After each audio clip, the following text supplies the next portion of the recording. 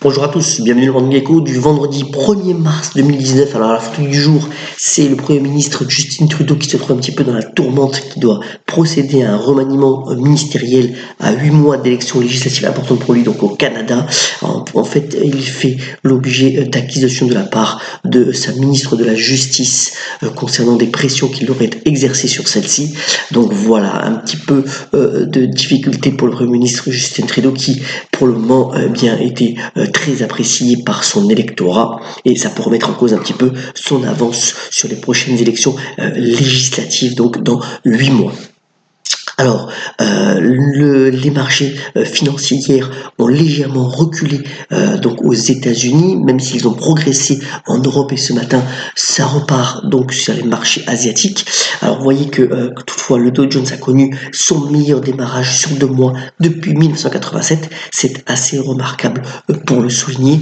Et puis, donc, le marché chinois qui est à plus 22%. Alors, le graphique de droite démontre en fait que la banque Morgan Stanley, donc via ces indices MSCI, vont augmenter en fait le poids des actions chinoises dans leur indice de référence, ce qui va avoir pour effet que les investisseurs vont normalement, selon les prévisions, acheter des actions chinoises pour un montant de 125 milliards de dollars d'ici donc la fin de l'année, ce qui donc augmente encore une fois le poids donc de la Chine dans les indices. Et vous voyez que d'ailleurs le graphique de gauche ici démontre que sur le mois de février, c'est véritablement ce marché chinois qui a dépassé en termes de performance l'ensemble des autres indices boursiers.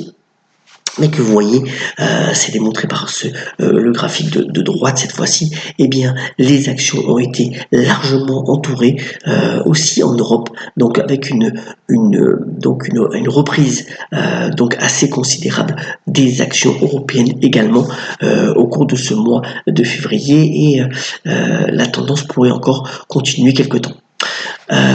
Alors, je voulais aussi vous montrer cet indice-là qui soutient en fait les actifs risqués. C'est donc l'indice des métaux industriels. Donc, ça voudrait dire en fait que il est en hausse de 12% depuis le début de l'année, et en fait, il sous-tend que la reprise chinoise est en marche, puisque la demande est plus soutenue que prévu, et que donc vous voyez ce qui confirme cette stabilisation de l'économie chinoise, et avec le plan de relance, une amélioration des conditions économiques qui se met en place progressivement, doucement mais progressivement, et c'est démontré notamment par cet indice. Et hier on a eu donc la croissance américaine donc au 4e trimestre qui a certes reculé, mais vous voyez ce graphique, cette bâtonnée en bleu, qu'il y a une bonne nouvelle quand même, c'est que l'investissement des entreprises repart à la hausse de manière assez significative, et on sait qu'une croissance qui est soutenue par des dépenses d'investissement, c'est toujours une croissance plutôt saine. C'est d'ailleurs le cas aussi pour les dépenses d'investissement au Japon. Ce matin, c'est un chiffre qui vient d'être donné.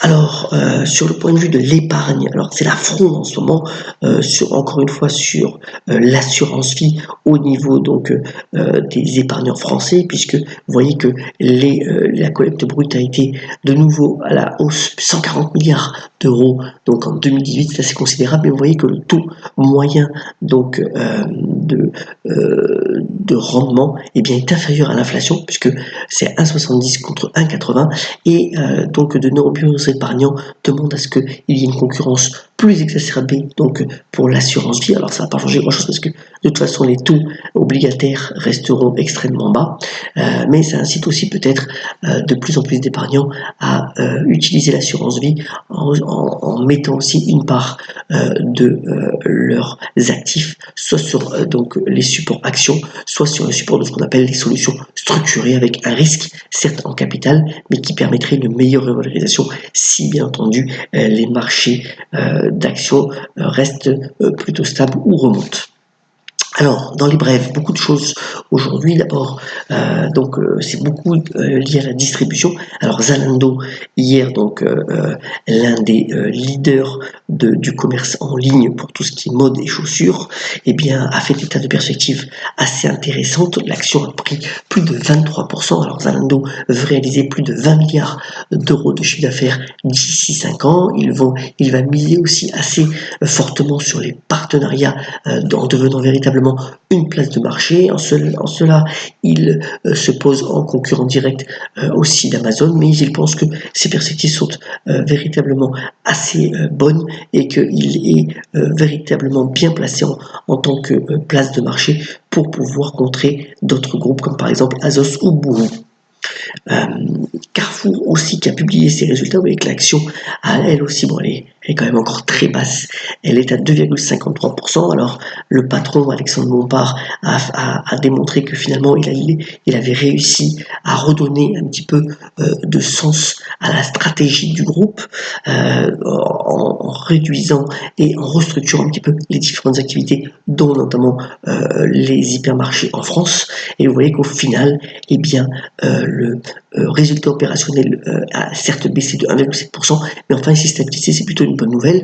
Alors quelle va être la suite? Il y a beaucoup de rumeurs, notamment une alliance avec le groupe Casino. Alors comment ça se ferait? Rapidement, puisque Casino a besoin de cash parce qu'il est trop endetté, il pourrait vendre Monoprix qu'il détient à Carrefour et ensuite derrière cela, ou alors à Amazon, et derrière cela, eh bien, s'allier directement avec Carrefour dans une organisation capitalistique. Donc voilà, Carrefour encore à suivre dans les prochains mois, ça peut être intéressant. Alors on a eu aussi Gap, donc hier soir à la clôture, dont l'action a pris aussi 25%, c'est dû au fait que finalement le groupe de distribution textile américain va se scinder en deux. Il va laisser Gap et les marques associées, de l'autre côté il va mettre Old Navy qui est véritablement la vache à lait du groupe, il va la coter sur le marché, et ça voilà, c'est une bonne nouvelle puisque ça veut dire qu'il va être créateur de valeur donc pour les actionnaires, et donc voilà, c'est salué par le marché, plus de 25%.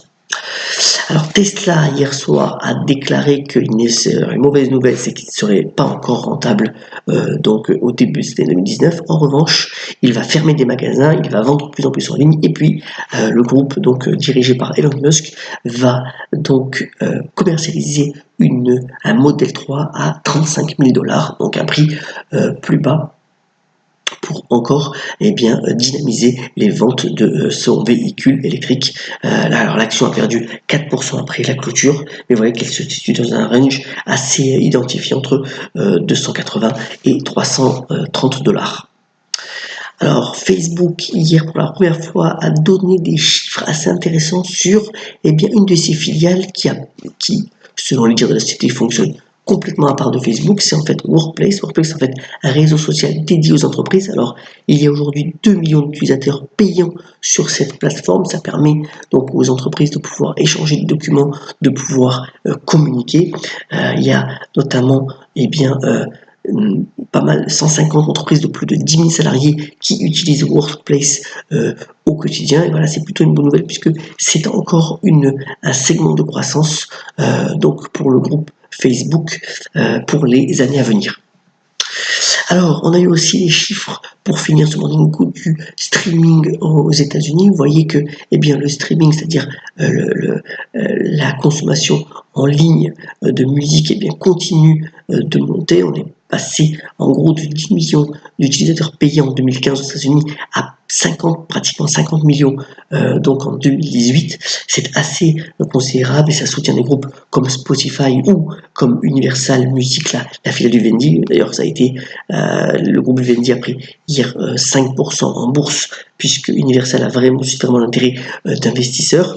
Et à noter aussi que le vinyle est bien véritablement rené de ses cendres puisque aux États-Unis, il a suscité pas moins de 400 millions de dollars de revenus sur l'année. Donc voilà, de plus en plus de mélomanes remettent le vinyle au goût du jour pour pouvoir écouter de la bonne musique. Voilà pour l'essentiel de l'actualité. Alors juste une dernière nouvelle aussi, c'est Uber. Vous savez qu'Uber va s'introduire en bourse et Uber devrait racheter donc Careem. Careem, c'est 100 millions de utilisateurs à travers en fait le Moyen-Orient et cette opération pourrait se faire pour 3 milliards de dollars.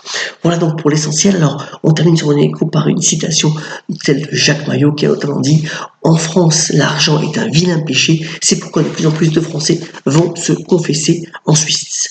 Je vous souhaite une excellente journée, un très bon week-end, ayez la pêche, soyons solidaires et à très bientôt sur le Money Echo.